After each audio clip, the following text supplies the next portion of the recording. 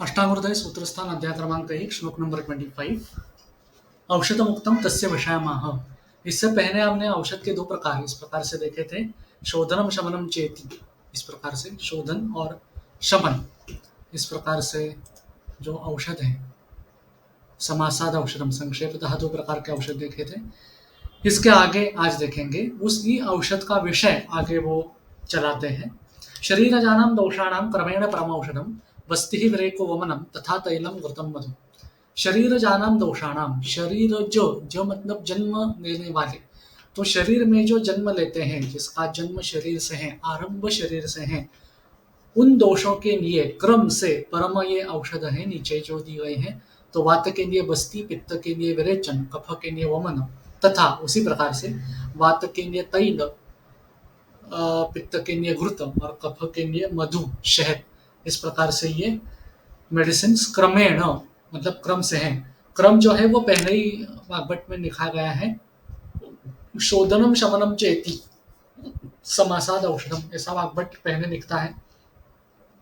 तो यहाँ पर क्रम भी उसी तरीके से, पहले शोधन परम औषध जो आते हैं वो आए हैं, दूसरे शमन तैल से लेकर जो आगे आते हैं वो शमन के लिए क्या क्या औषध परम औषध है, उस प्रकार से यहाँ पर आता है।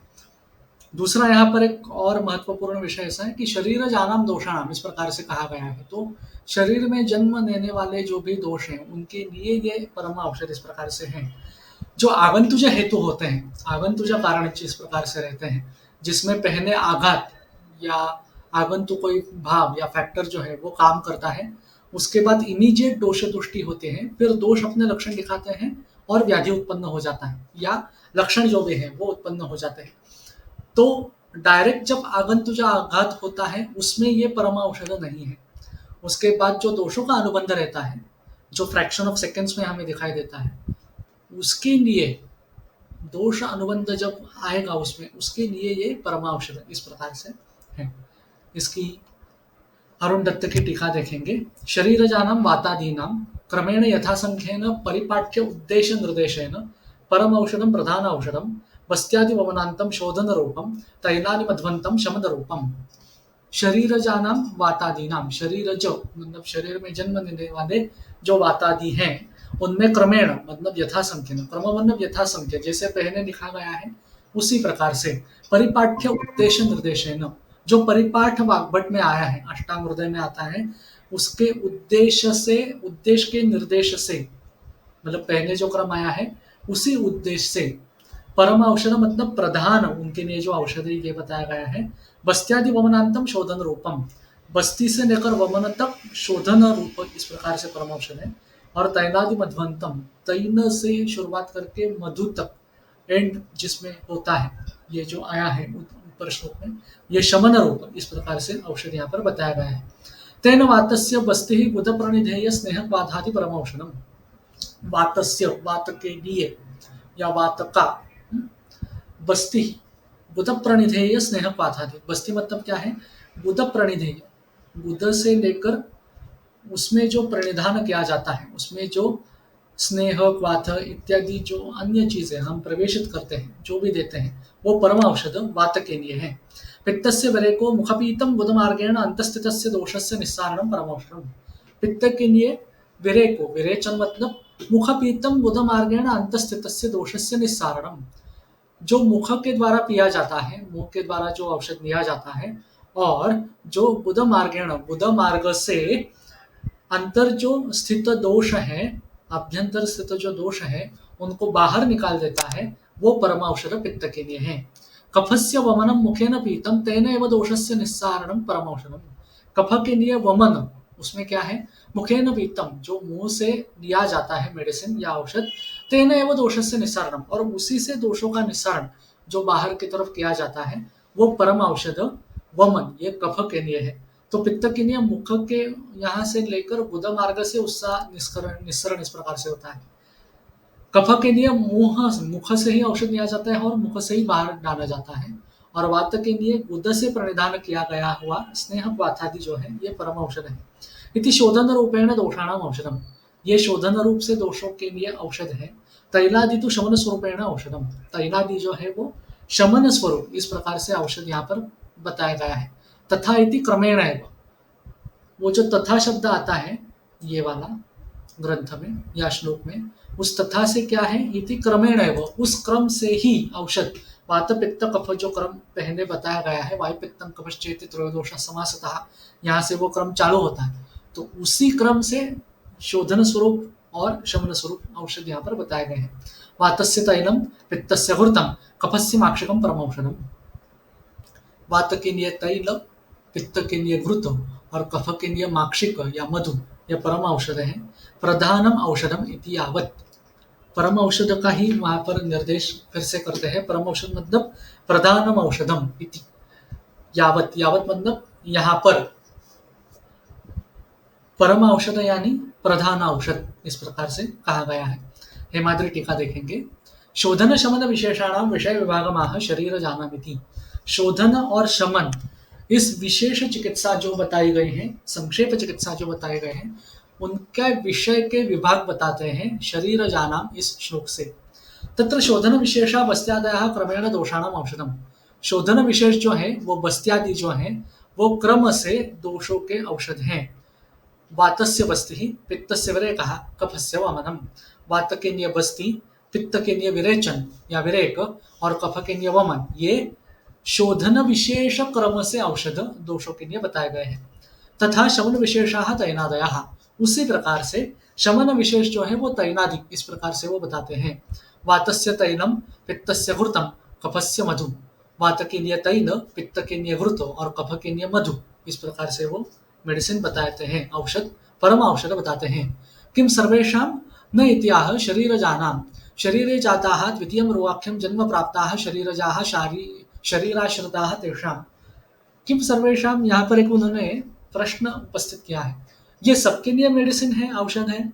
न, सबके लिए इस प्रकार से नहीं है। न इति अतः शरीर जानाम, तो किसके लिए है? शरीर जानाम, शरीर में जन्मे हुए। शरीरे जाताः द्वितीयं रोगाख्यं जन्म प्राप्ताः शरीरजाः शरीराश्रिताः तेषां, जो शरीर में उत्पन्न हुए हैं, जो दूसरे प्रकार के रोगों के जन्म के लिए उपस्थित हैं, ऐसे जो शरीरज हैं, मतलब शरीराश्रित हैं, उन दोषों के लिए ये परम औषध है।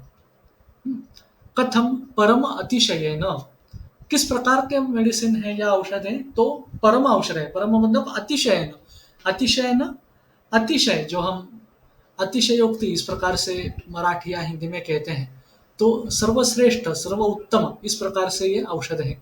एतद उत्तम भविति, इस प्रकार से बताया गया है। सर्वेषां दोषाणां बस्ति ही औषधम विशेषात् वातस्य, यहाँ पर हेमाद्री विशेष लिखता है, सभी दोषों के लिए बस्ती औषध है, विशेषतः वात के लिए बस्ती सुप्रीम औषध या सर्वश्रेष्ठ औषध, इस प्रकार से है। सर्वाणि शोधनानि वातस्य औषधम विशेषात् बस्ति, सब शोधन वात के औषध हैं, मतलब सारे शोधन पंचकर्म में जो भी शोधन किए जाते हैं वो सभी वात के लिए औषध है, लेकिन उसमें से विशेषतः बस्ती, ये जो है बस्ती, ये शोधन के लिए, वात के लिए विशेष शोधन, इस प्रकार से है। तो ये जो हेमाद्री लिखता है, एक वो शरीरज दोषों के हिसाब से लिखता है और दूसरा उपक्रम के हिसाब से लिखता है। आई बात समझ में?